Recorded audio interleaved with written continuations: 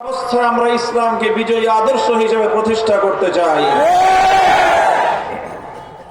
তো রাষ্ট্র ব্যবস্থায় যদি ইসলাম কায়েম হয়, যারা ঈমানদার তাদের হাতে যদি আল্লাহ পাক রাষ্ট্র ক্ষমতা দান করেন, তাহলে ঈমানদারদের কাজ কি হবে, ঈমানদাররা কি করবে?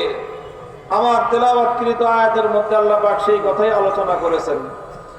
الذين إن مكناهم في الأرض أقاموا الصلاة وآتوا الزكاة وأمروا بالمعروف ونهوا عن المنكر ولله عاقبة الأمور।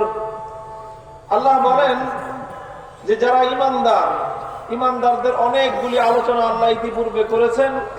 শেষে আল্লাহ বলেন যে ঈমানদার তো তারাই যদি আমি সেই সকল ঈমানদারদেরকে ক্ষমতা প্রদান করি, তাহলে ঈমানদাররা ক্ষমতা পেয়ে কি করবে? আল্লাহ বলেন যে ঈমানদাররা ক্ষমতা পেয়ে অগ্রাধিকারের ভিত্তিতে সর্বপ্রথম 4টি কাজ করবে। কয় কাজ? ইসলামী সরকারের সর্বপ্রথম কাজ হলো 4টা। 1 নম্বর কাজ হলো আকামুস সালাত, তারা মুসলিম সমাজের মধ্যে নামাজ কায়েম করবে। 2 নম্বর কাজ হবে আতাউজ যাকাত, তারা মুসলিম সমাজের মধ্যে যাকাত ব্যবস্থা বাস্তবায়ন করবে। 3 নম্বর কাজ হবে তাদের আমারু বিল মারুফ, রাষ্ট্রের পক্ষ থেকে তারা সৎ কাজের সকল আদেশগুলো জারি করবে। 4 নম্বর কাজ হবে ওয়ানাহাউ আনিল মুনকার, সকল অন্যায় খোদাদ্রোহী পাপ কাজের প্রতি তারা নিষেধাজ্ঞা জারি করে সার্কুলার জারি করে দিবে। এই 4টা কাজ হলো প্রথম কাজ। আল্লাহ পাক রব্বুল আলামিনের পক্ষ থেকে যদি আল্লাহ পাক কোন মুসলিম জনগোষ্ঠীকে, কোন ঈমানদারকে যদি আল্লাহ পাক রাষ্ট্র ক্ষমতা প্রদান করেন। মুহতারাম হাজিরিন, আমি এখানে ছোট্ট করে 2টো কথা বলবো। প্রথম কথা হলো নামাজ এবং যাকাতের কথা সুনির্দিষ্টভাবে আল্লাহ পাক এই 2টি ইবাদতের কথা উল্লেখ করেছেন। আমাদের মধ্যে স্বাভাবিকভাবে ধারণা আছে যে যারা রাষ্ট্র পরিচালনা করে, সরকার পরিচালনা করে, সরকারের কাজ হলো রাস্তাঘাট নির্মাণ করা, সরকারের কাজ হলো ব্রিজ কালভার্ট নির্মাণ করা, সরকারের কাজ হলো দেশের মানুষের জীবনযাত্রার মান উন্নত করা, সরকারের কাজ হলো দেশের অর্থনৈতিক উন্নয়ন ঘটানো, সরকারের কাজ হলো কর্মক্ষেত্র তৈরি করা, সরকারের কাজ হলো কর্মসংস্থান তৈরি করা। এই জাতীয় কাজগুলোকেই আমরা সরকারের কাজ বলে মনে করি।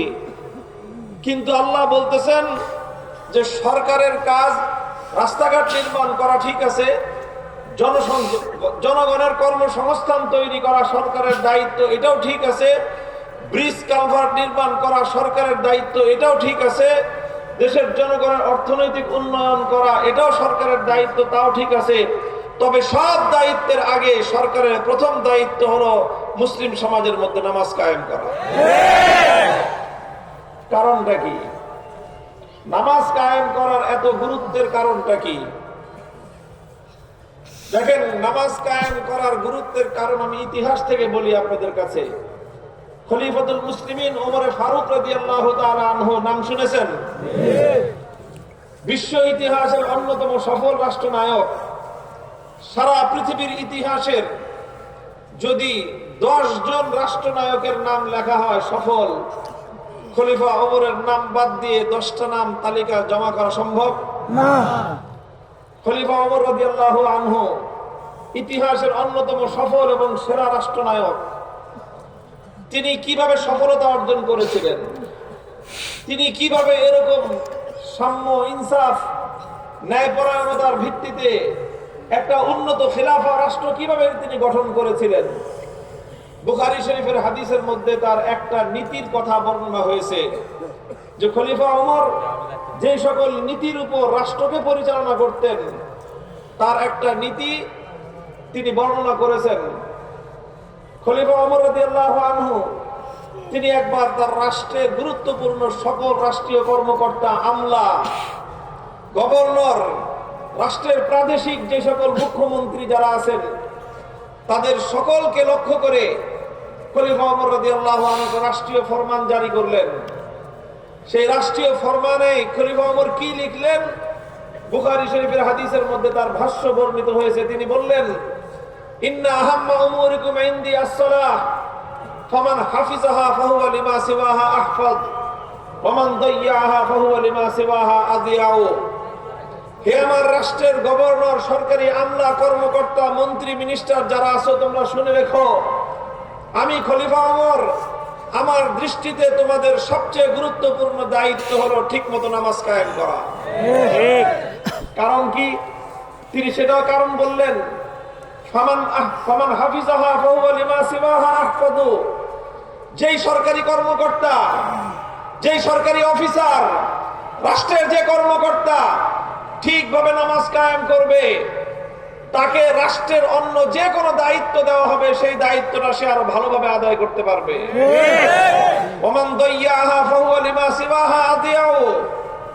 আর রাষ্ট্রের যেই কর্মকর্তা নামাজকে ধ্বংস করবে, রাষ্ট্রের যেই কর্মকর্তা নামাজ কায়েম করার ক্ষেত্রে গাফলতি করবে, তাকে রাষ্ট্র এবং জনগণের যেই দায়িত্বই প্রদান করা হোক না কেন, সেই দায়িত্ব সে সুচারুরূপে আঞ্জাম দিতে পারবে না, বরং সেখানেই সে খেয়ানত করবে, সেটাকেই সে ধ্বংস করবে। যে আল্লাহর বিধান নামাজকে যে ধ্বংস করে, তাকে যদি ব্রিজ কালভার্ট বানানোর দায়িত্ব দেওয়া হয়, রডের বদলে সে বাঁশ দিবে। তাকে যদি রাস্তা নির্মাণ করার দায়িত্ব দেওয়া হয়, রাস্তার মধ্যে বিটুমিন আর আলকাতরার বদলে সে কেরোসিন তেল ঢালবে। জনগণের মধ্যে গম বন্টন করার দায়িত্ব দেওয়া হয়, জনগণের গম চুরি করে সে খাবে। তাকে রাষ্ট্রের যেই দায়িত্ব প্রদান করা হবে, সেই দায়িত্বের মধ্যে জনগণের টাকা লুটপাট করবে, চুরি করবে, জুলুম করবে, বেইনসাফি করে, দেশের জনগণের সম্পদ লুটপাট করে বিদেশে বেগম পাড়া করবে।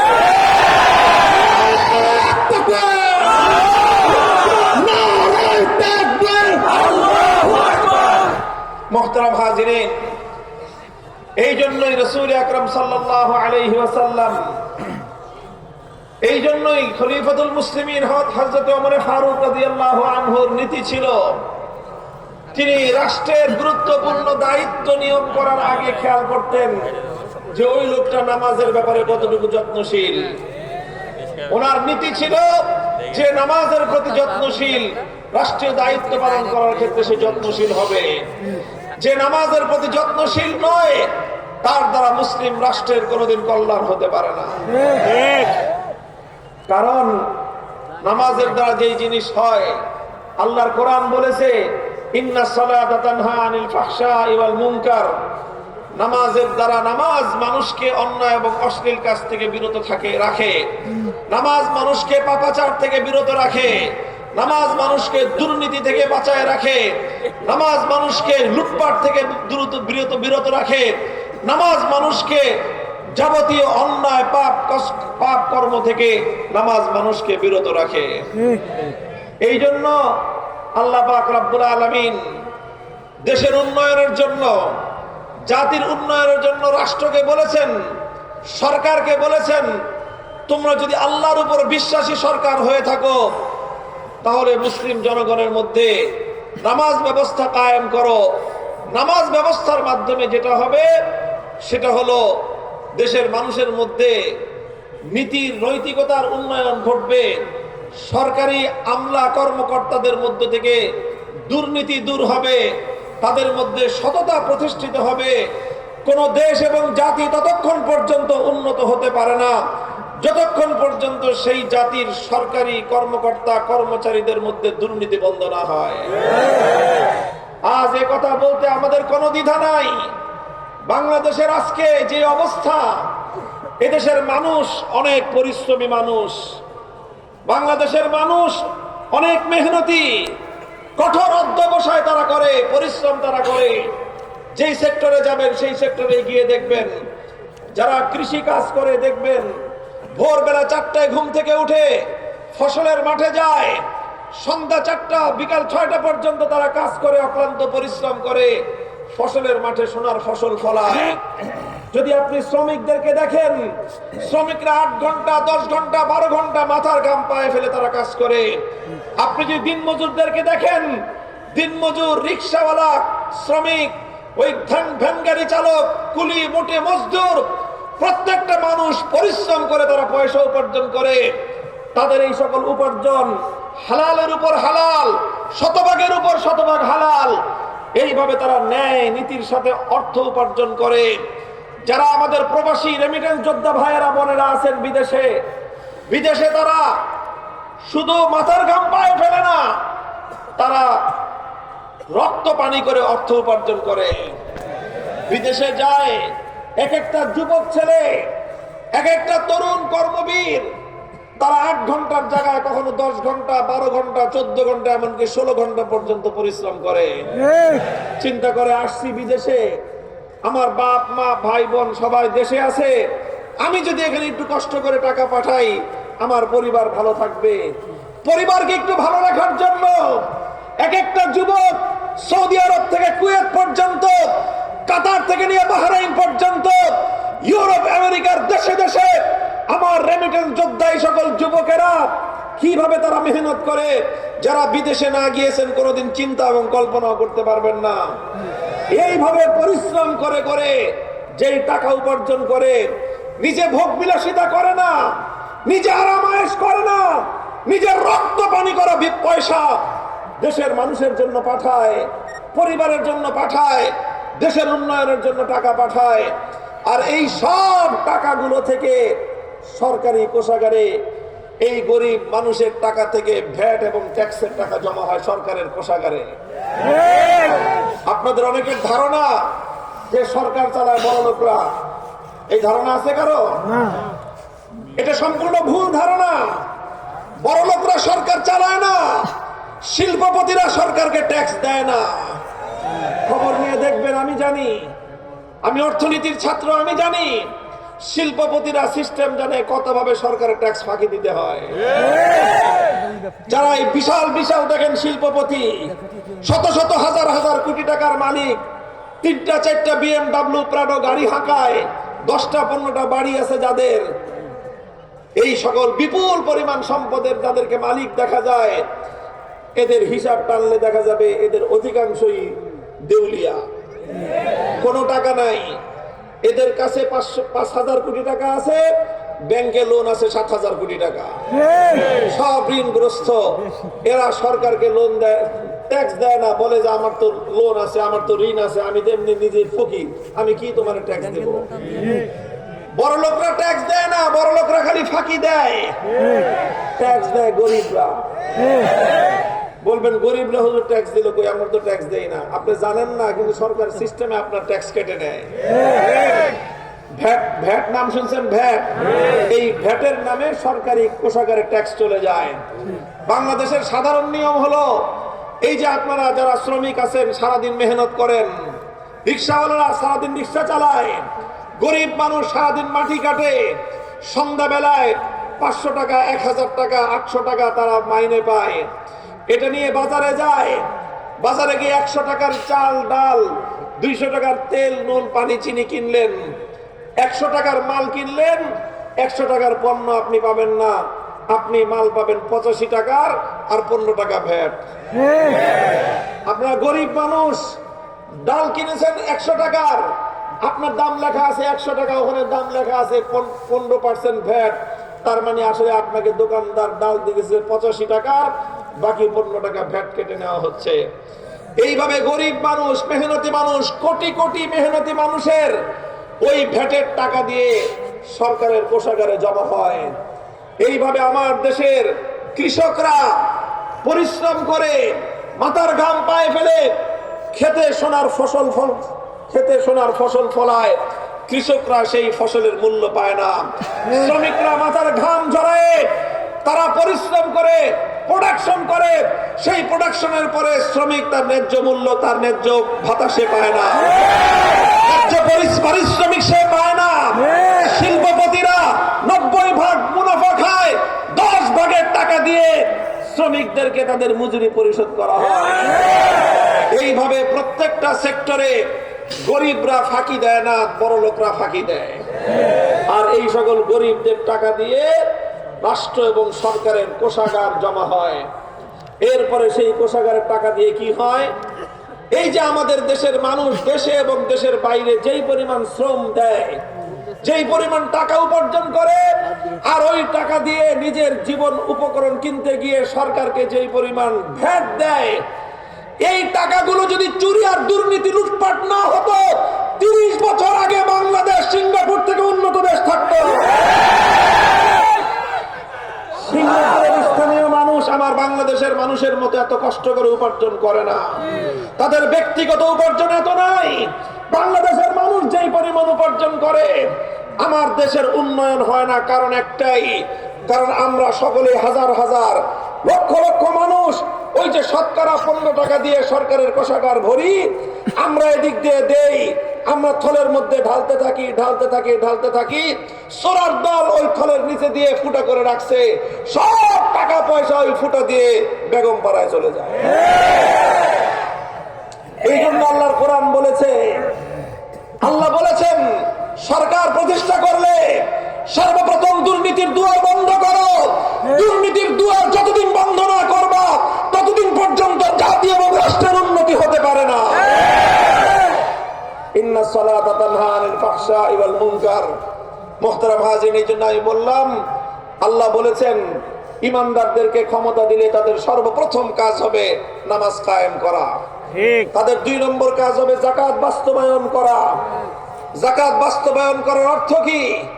যাকাত বাস্তবায়ন করার অর্থ হলো যাকাত ভিত্তিক অর্থনীতি সমাজের মধ্যে, যাকাত ভিত্তিক অর্থ ব্যবস্থা সমাজে বাস্তবায়ন করা। যাকাত ভিত্তিক অর্থ ব্যবস্থার অর্থ কি? আমি আল্লাহর কোরআন থেকে, নবীর হাদিস থেকে 2টো শব্দ বলবো। ইসলাম যে অর্থ ব্যবস্থা বাস্তবায়ন করতে বলেছে, সেই অর্থ ব্যবস্থার মূল কথাই হলো কাইলা ইয়াকুনা দুলাতাম বাইনাল আগনিয়াই মিনকুম। দেশের মধ্যে এমন একটা অর্থ ব্যবস্থা, এমন একটা অর্থনৈতিক সিস্টেম কায়েম করতে হবে, সম্পদের মালিক যেন শুধুমাত্র বড় লোকরা না হয়। এই যে জুলাই বিপ্লব করেছেন আপনারা, কথা বলেন ঠিক কিনা? জুলাই বিপ্লবের মধ্যে শ্রমিকদের অবদানের কথা অনেকেই বলে না। আমরা জানি শ্রমিকদের অবদানটা কি ছিল। জুলাই বিপ্লব শুরু করেছে ছাত্ররা, জুলাই বিপ্লব শুরু করেছে ছাত্র জনতা। ছাত্ররা যেমন জুলাই বিপ্লব করেছে, প্রতিটি পয়েন্টে বৈষম্য বিরোধী আন্দোলনে, স্বৈরতন্ত্রের বিরুদ্ধে, ফ্যাসিবাদের বিরুদ্ধে, জুলুমতন্ত্রের বিরুদ্ধে ঢাকা শহরের প্রতিটি পয়েন্টে পয়েন্টে ছাত্র জনতাকে বুকের রক্ত দিয়ে সাহস জুগিয়েছে শ্রমিকরা। আপনি হিসাব করে দেখেন কতজন শ্রমিকের রক্ত গিয়েছে জুলাই বিপ্লবে। এই শ্রমিকরা রক্ত দিয়ে, জীবন দিয়ে বিপ্লব আনে। প্রতিটি পরিবর্তনের সময়, প্রতিটি বিপ্লবে সবচেয়ে বেশি রক্ত দেয় শ্রমিক জনতা। ইতিহাস তার সাক্ষী। কিন্তু এই যে যেটা বলতেছিলাম, যে সমাজের মধ্যে বৈষম্য, বৈষম্যটা কি? সমাজে অর্থ ব্যবস্থা অল্প কিছু মানুষ ভোগ করে, টাকা পয়সা অল্প কিছু মানুষের কাছে কুক্ষিগত হয়ে থাকে, দেশের সম্পদ অল্প কিছু মানুষ ভোগ করে, বিলাসিতা করে, আর সাধারণ মানুষ ব্যাপকভাবে তাদের অবস্থা হয় নুন আনতে পান্তা ফুরায়।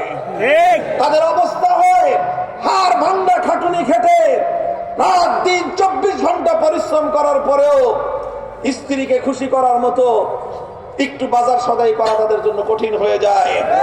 সন্তান অসুস্থ হলে, সন্তান অসুস্থ হলে কলিজার টুকরা সন্তানকে একটু সুচিকিৎসা দিবে, একজন গরিব শ্রমিক বাবার পক্ষে সেটা অনেক সময় সম্ভব হয়ে ওঠে না। গরিব শ্রমিক বাবার ঘরে যেই মা আছে, দুঃখিনী মা, অসুস্থ মা, সেই মা ধুকে ধুকে মৃত্যুর কোলে ঢলে পড়ছে, শ্রমিক সন্তানের পক্ষে চোখের অশ্রু ছাড়া কিছুই দেওয়া সম্ভব হয় না।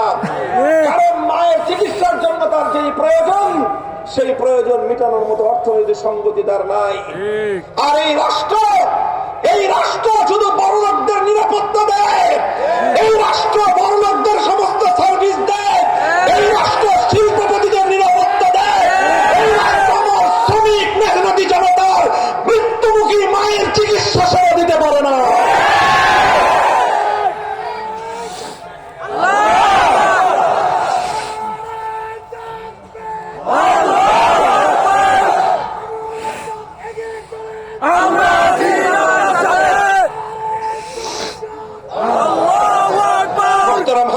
এই জন্য ইসলাম বলেছে সমাজে এমন একটা অর্থ ব্যবস্থা কায়েম করতে হবে যেন টাকা পয়সা সমাজে একটা নির্দিষ্ট বড়লোক শ্রেণীর হাতে কুক্ষিগত না হয়ে যায়, বরং অর্থ ব্যবস্থা এমন হতে হবে যে বড়লোক টাকা যতই কামাক একটা নির্দিষ্ট পোরশন, একটা নির্দিষ্ট পার্সেন্টেজ গরিবের হাতে চলে আসতে হবে। এইরকম অর্থ ব্যবস্থা যতদিন দেশে কায়েম না করা যাবে ততদিন পর্যন্ত বৈষম্য সমাজ থেকে দূর হবে না। বৈষম্য দূর হবে কিভাবে? আল্লাহর নবী আরেক হাদিসের মধ্যে বলেছেন যাকাতের কথা, তুখাযু মিন আগনিয়াইহিম ওয়া তুরাদ্দু আলা ফুকারাইহিম।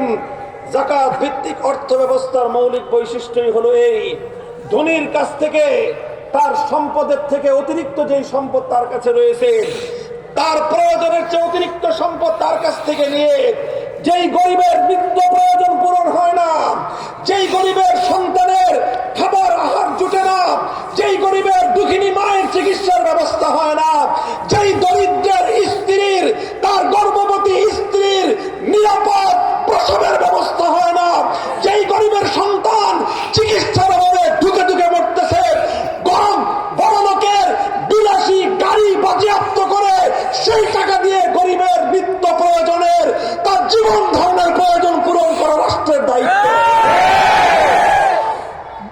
আমার রাষ্ট্রের যে অবস্থা, বড় লোকদের কাছ থেকে এই সকল বিলাসী দ্রব্য এগুলোকে বাজেয়াপ্ত করা লাগবে না, শুধুমাত্র গরিবের কাছ থেকে যে ট্যাক্স গুলো নেওয়া হয়, যে ভ্যাট গুলো নেওয়া হয়, এগুলো যদি এই সমাজপতিরা চুরি করে না খেত, দুর্নীতি আর লুটপাট না করত, বরং এই টাকাগুলো দিয়ে যদি দেশের জনগণের জন্য, গরিব দুঃখী সাধারণ মানুষের জন্য তাদের চিকিৎসার ব্যবস্থা করত, তাদের প্রয়োজনীয় নিত্য প্রয়োজন পূরণের ব্যবস্থা করত, তাহলে এই দেশের সাধারণ নাগরিকরা এখন চিকিৎসাহীন ভাবে মারা যেত না। আমাদেরকে শুধুমাত্র উন্নয়নের গাল গল্প শোনানো হয়। উন্নয়নের গাল গল্প কিরকম? আমাদেরকে হিসাবের মার পেছে বুঝ দেওয়া হয়। হিসাবের মার পেছে একটা আপনাদেরকে ছোট্ট করে বুঝাই, এটাই আমার আলোচনার শেষ টপিক। এরপরে আমি আমার কনক্লুশন এবং পরিসমাপ্তির দিকে যাব। হিসাবের মার পেছ হলো, দেখেন বাংলাদেশের সবচেয়ে সর্বশেষ যে অর্থ বছর 2024-25 অর্থ বছরে বাংলাদেশের মানুষের মাথা পিছু আয়, পার ক্যাপিটা ইনকাম, মাথা পিছু আয় বুঝেন, মানে গড় আয়, গড় আয়, সবার গড় আয় কত জানেন? বাংলাদেশের নাগরিকদের গড় আয় হলো $2,820। বাংলাদেশি টাকায় হয় প্রায় 3,40,000 টাকা। বার্ষিক আয় 3,40,000 টাকা। তো বার্ষিক যদি 3,40,000 টাকা আয় হইতে হয়, তো ধরে নেন আপনার পরিবারে যদি 4 জন সদস্য থাকেন, 4 জন, আপনি, আপনার স্ত্রী, আপনার একটা ছেলে আর একটা মেয়ে, 4 জন সদস্য যদি হয়, তাহলে বাংলাদেশে এক একটা পরিবার পিছু, যেই পরিবারের 4 জন সদস্য আছে সেই পরিবারের মাসিক আয় আছে 14 লক্ষ টাকা। বার্ষিক আয়, বার্ষিক আয় যদি 14 লক্ষ টাকা হয়, তাহলে মাসিক আয় হওয়ার হয় কত? 1,20,000 টাকা করে। আমি আপনাদেরকে এই বিশাল মজমার মধ্যে জিজ্ঞাসা করতে চাই, হাজার হাজার মানুষ, আপনাদের কয়জনের এরকম মাসিক 1,20,000 টাকা ইনকাম আছে? হাত উঠান দেখি। এই যে হাজার হাজার মানুষ, লক্ষ লক্ষ মানুষ, এদের কারো কিন্তু 1,20,000 টাকা মাসে ইনকাম নাই। তাহলে গড়ে 18 কোটি মানুষের ইনকাম, গড়ে 18 কোটি মানুষের বার্ষিক ইনকাম 3,40,000 কিভাবে হলো? কিভাবে হলো? একটা গল্প শোনাই আপনাদেরকে। এক বেটা গেছে খাল পার হইতে। খাল পার হওয়ার সময় একজনকে, কৃষককে জিজ্ঞাসা করছে, এই বেটা, এই খাল যে পার হব, এই খাল পার হইতে আমার ঠাই হবে? হয় না, না ঠাই হবে না, খালের মাঝখানে অনেক পানি, আপনি যদি খাল পার হইতে যান মাঝখানে গিয়ে ডুবে যাবেন। হয় বেটা, তুই বুঝবি না, তুই হিসাব জানোস না। আমি হিসাব জানি। আমি তোকে জিজ্ঞাসা করি, তুই আমাকে বল, কয় খালের ওই পারে কয় হাত পানি আছে? কয় খালের ওই পারে পানি আছে 1 হাত। কয় খালের এই পানে পানি আছে কয় হাত?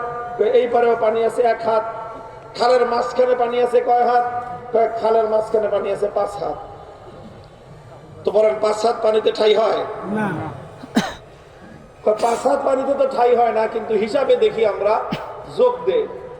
যোগ করো, 3 জায়গা থেকে পানি মাপছো, এক জায়গায় 1 হাত, আরেক জায়গায় 1 হাত, আরেক জায়গায় 5 হাত, তাহলে 5 যোগ 1 যোগ 1 কত হলো? 7 হাত পানি। এবার যেহেতু তুমি 3 জায়গা থেকে পানি নিছো, এবার তুমি ভাগ করো, 7 রে 3 দিয়ে ভাগ দাও, কয় হাত হয়েছে? 2.5 হাত। কয় হাত? 2.5 হাত না 2.5 হাত? 2.5 হাত। কয় এই খালে তাহলে পানি আছে গড়ে 2.5 হাত। গড় পানি কয় হাত? গড় পানি 2.5 হাত। এরপরে ঠ্যাঙের নিচ দিয়ে মাপে যে 2.5 হাত, এই হাঁটুর উপর পর্যন্ত হয়। কয় বেটা এই খালে গড় পানি আছে 2.5 হাত, 2.5 হাত পানির আমার হাঁটু পর্যন্ত এমনি পার হইতে পারবো। আর আপনারা বলেন তো দেখি, এখন যে খালের মধ্যে গড় পানি আছে 2.5 হাত, কথা তো ঠিক? কথা ঠিক কিনা? গড় পানি তো 2.5 হাত, কিন্তু তুমি এই গড় পানি মাইপা যদি খাল পার হইতে থাকো, মাঝখানে গিয়ে তুমি খালের মধ্যে ঠাই পাবা না ডিবা মরবা? কেন? গড় পানির হিসাব ঠিক ছিল না? গড় হিসাব দিয়ে খাল পার হওয়া যায় না। কথা বলেন ঠিক কিনা? গড় হিসাব দিয়ে খাল পার হওয়া যায় না। আজকে আমাদের বাংলাদেশের সাধারণ মানুষকে ওনারা গড় হিসাব দেয়। একজনে দিয়ে গেছে 15 বছর, বলছে বাংলাদেশ উন্নয়নের রোল মডেল। কেমনে রোল মডেল হলো? কয়বার মাথা পিছু ইনকাম বাড়তেছে, মাথা পিছু প্রত্যেক বছরই ইনকাম বাড়ে। আপনার আমার ইনকাম বাড়ুক আর না বাড়ুক, গড়ে ইনকাম বেড়ে যায়। ওই যে আমি আর আপনি কিন্তু এক হাতে আছি, মাঝখান দিয়ে একজনে যে 5 হাত খেয়ে ফেলায়, এইভাবেই গড় ইনকাম বাড়ে। আশ্চর্য আরেকটা তথ্য হলো, এই অর্থনীতির পরিভাষায় মানুষ যে দুর্নীতি করে এটাও কিন্তু একটা ইনকাম। রাষ্ট্রের সম্পদ যারা চুরি করে এটাও একটা ইনকাম। এই জন্য বিপুল পরিমাণ দুর্নীতি হলে দেশের গড় ইনকাম বেড়ে যায়, বিপুল পরিমাণ চুরি চামারি হলে দেশের গড় ইনকাম বেড়ে যায়। এই দুর্নীতির টাকা, জনগণের সম্পদ চুরি করা টাকা দিয়ে দেশের জনগণের অর্থনৈতিক উন্নতির মধ্যে গড় ইনকাম, পার ক্যাপিটা ইনকাম, মাথাপিছু ইনকাম বৃদ্ধির দেখানো হয়েছে। ইসলাম বলে এই ধোঁকাবাজির মাথাপিছু ইনকামের হিসাব ইসলাম কেয়ার করে না। ইসলাম তখনই একটা দেশের অর্থনৈতিক উন্নতিকে উন্নতি বলে যদি সেই দেশের ধনীদের সম্পদ দিয়ে গরিবদের প্রয়োজন যেদিন পূরণ হবে, যেদিন একটা দেশের মধ্যে ধনী আর গরিবের মধ্যে বৈষম্য কমে আসবে, যেই দেশের অর্থনীতির মধ্যে ধনী আর গরিবদের মধ্যে সম্পদের বৈষম্য কমবে, সেদিনই হলো প্রকৃত অর্থে দেশের অর্থনৈতিক উন্নতি হলো।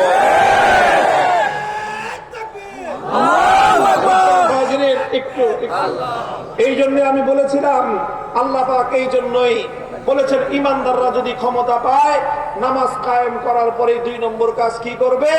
আতাউজ যাকাত, যাকাত ভিত্তিক অর্থ ব্যবস্থা বাস্তবায়ন করবে। যাকাত ভিত্তিক অর্থ ব্যবস্থা বাস্তবায়ন করার অর্থ শুধু এটা নয়, শতকরা 2.5% নিয়ে গরিবের মধ্যে বন্টন করে দিবে, শুধু এতটুকু নয়। যাকাত ভিত্তিক অর্থ ব্যবস্থা বাস্তবায়নের মূল অর্থ হলেই ধনী আর গরিবের মধ্যে বৈষম্য এতটা আকাশ ছোঁয়া থাকতে পারবে না।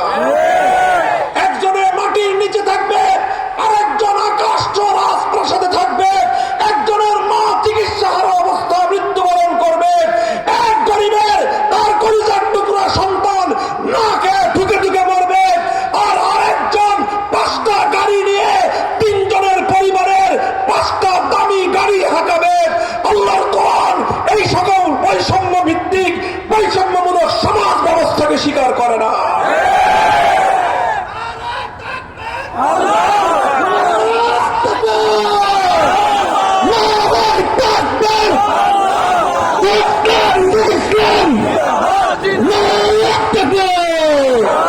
ভাই আমার আর কোনো কথা নাই, এই কথাটুকু আপনাদেরকে বললাম সংক্ষেপে বোঝানোর জন্য।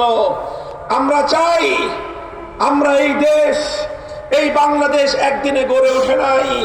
এই বাংলাদেশ গড়ার পিছনে বহু লম্বা ইতিহাস, সেই ইতিহাস বলার সময় আমার নাই।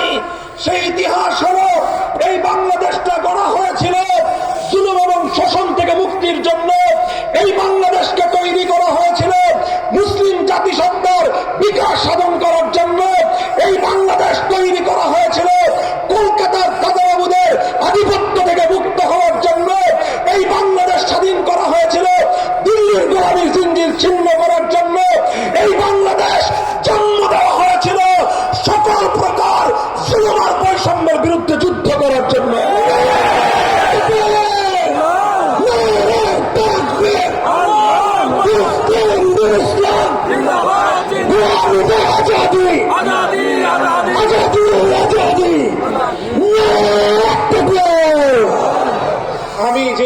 বলতে চাই সর্বশেষ যেই কথা বললাম, নামাজের মাধ্যমে সরকারি কর্মকর্তাদেরকে নীতিবান করে গড়ে তুলে দুর্নীতিমুক্ত সমাজ গড়া, যাকাত ব্যবস্থার মাধ্যমে অর্থনীতির বৈষম্য দূর করে একটা ইনসাফের সমাজ কায়েম করা, আমাদের বিপ্লবী শরীফ ওসমান হাদির জীবনের শেষ মুহূর্তের একটাই কথা ছিল, জুলুমের বিরুদ্ধে ইনসাফ প্রতিষ্ঠার লড়াই।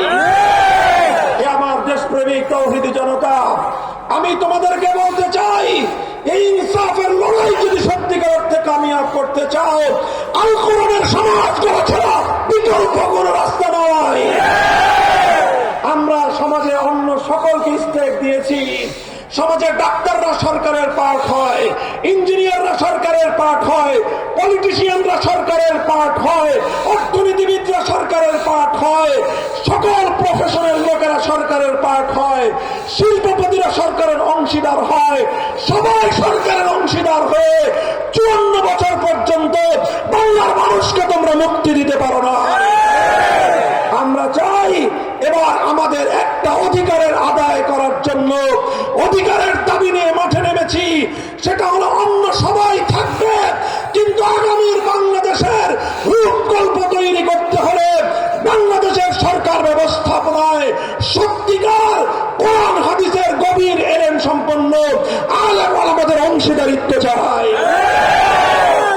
ইনশাআল্লাহ যদি আলেম ওলামারা তারা যদি কোরআন হাদিসের এলেম নিয়ে রাষ্ট্র এবং সরকারের নীতি নির্ধারণী জায়গাগুলোতে যদি যেতে পারেন, তখনই এই দেশ আত্মমর্যাদা নিয়ে বিশ্ব দরবারে মাথা উঁচু করে দাঁড়াতে শিখবে। সারা দুনিয়াকে দেখিয়ে দিয়েছে মোল্লারা, সারা দুনিয়াকে দেখিয়ে দিয়েছে আলেম ওলামারা। আমি একটা দেশ জানি, একটা দেশ আমি দেখে এসেছি, যেই দেশের 30 জন মন্ত্রীর মধ্যে 28 জন মাদ্রাসার আলেম, 28 জন মোল্লা মৌলবী, 28 জন মাদ্রাসার হুজুর। তারা এখনো মাদ্রাসায় পড়ায়, রাষ্ট্র চালায়। আলহামদুলিল্লাহ, সেই রাষ্ট্র সারা দুনিয়ার ইউরোপ, আমেরিকা, নেটো সারা দুনিয়াকে বৃদ্ধাঙ্গুলি প্রদর্শন করে রকেটের গতিতে তারা উন্নতি করতেছে। তোমরা যারা মনে করো হুজুররা পারে না, তোমরা বোকার স্বর্গে বসবাস করতেছ। তোমরা দেশের মানুষকে ধোঁকাবাজি করার জন্য, দেশের মানুষের সম্পদ লুটপাট করার জন্য 2 দল মিলে খাতির করছো, 5 বছর আমরা খাবো, 5 বছর তোরা খাবি। যখনই তোমাদের মধ্যে ভাগ বাটোয়ারার সমস্যা তৈরি হয়, একদল আরেক দলের সঙ্গে মারামারি করো, পরে আবার গলাগলি জড়ে ধরে করে বলে সরি, আবার আগামী বছর থেকে 10 বছর তুই, 10 বছর আমি। এই ভারতবাদীর বন্দোবস্ত আর বাংলার মাটিতে আমরা চলতে দেব না। এদেশের আলেম সমাজকে তোমাদের রাষ্ট্রনীতি নির্ধারণের, আগামীর বাংলাদেশের পলিসি মেকিং এর ক্ষেত্রে আলেম সমাজকে স্টেক প্রদান করতে হবে। আমরা রাজনীতিতে এসেছি নিজেদের ধন্দ উদ্ধার করার জন্য নয়। আমরা রাজনীতি করি, আমরা সংসদ নির্বাচনে প্রতিদ্বন্দ্বিতা করছি নিজের অথবা দলীয় স্বার্থ উদ্ধার করার জন্য নয়। এই দেশকে, এই জাতিকে ৭৮ বছরের বৈষম্যের জাতাকল থেকে মুক্ত করার জন্য। 24 বছর পাকিস্তান, 54 বছর বাংলাদেশ, 58 বছর ধরে দেশের মানুষের সঙ্গে বারবার ধোঁকাবাজি করা হয়েছে, প্রতারণা করা হয়েছে, বিশ্বাসঘাতকতা হয়েছে, আর গাদ্দারি করা হয়েছে। তাই আজ আমি বলতে চাই, হে আমার মেহনতি মানুষ, কৃষক, শ্রমিক, মজদুর, তরুণ, যুব প্রজন্ম, তোমরা একটাবার প্রস্তুত হও। আমরা সব রকমের বাংলাদেশ দেখে শেষ করেছি। এক নেতা আমাদেরকে সোনার বাংলাদেশ দেখিয়েছেন, আরেক নেতা আমাদেরকে নতুন বাংলাদেশ দেখিয়েছেন, আরেকজন এসে সবুজ বাংলাদেশ দেখিয়েছেন, শেষ পর্যন্ত নেত্রী এসে আমাদেরকে ডিজিটাল বাংলাদেশের ভেলকিও দেখায় শেষ। আমরা সোনার বাংলাদেশ দেখেছি, নতুন বাংলাদেশ দেখেছি, সবুজ বাংলাদেশ দেখেছি, ডিজিটাল বাংলাদেশ দেখেছি। আগামীতে আমরা বাংলাদেশ দেখতে চাই আল কোরআনের বাংলাদেশ।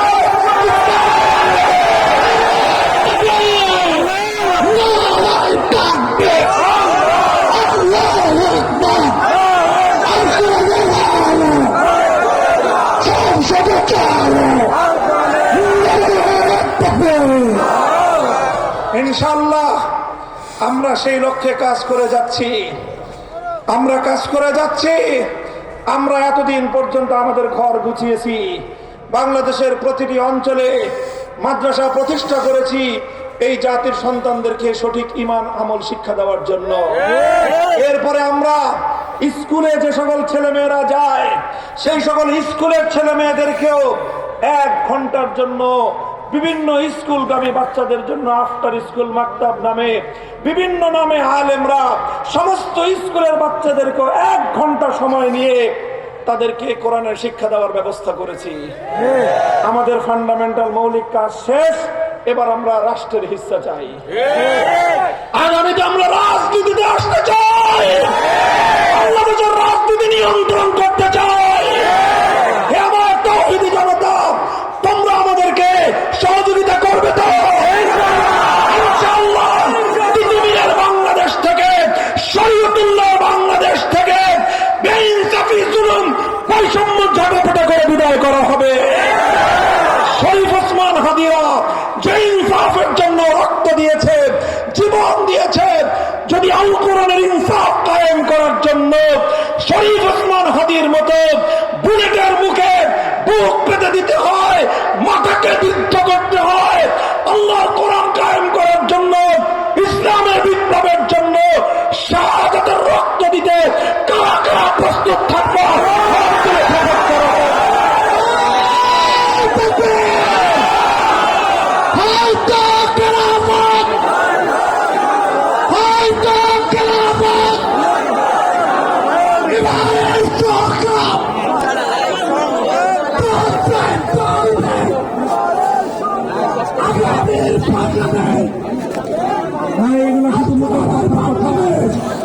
মুখের কথার কথা না শপথ?